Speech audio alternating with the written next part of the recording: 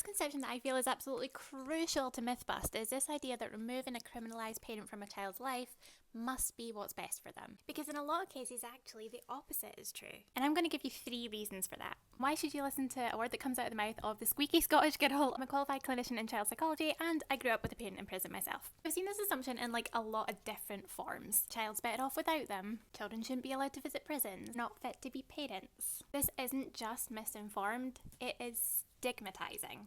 First of all, when children and young people have good relationships with their parents, maintaining that relationship when their parent goes to prison is actually associated with better emotional and mental well-being in the future. So it's in the child's best interest for the parent to stay in their life when it's safe and appropriate to do so. Also, think of how important caregiver attachment is for child development. Children need their caregivers, and criminalising one of those doesn't make them need them any less. Research shows that parental imprisonment can impact child development, and attachment plays a role in that. Super importantly, a huge amount of research shows that when children have had good relationships with their parents prior to their parents' prison sentence, they actually want to maintain that relationship after their parent goes to prison. And it's children's rights to have their views considered and maintain safe family connections. And this isn't just because of the United Nations Rights of the Child, this is actually built into our Scottish legislation. As you can imagine, there are zillions of reasons that removing a parent from a child's life might not necessarily be the right thing for them. Like maybe some others have popped into your head while I've been talking. Now, all situations and relationships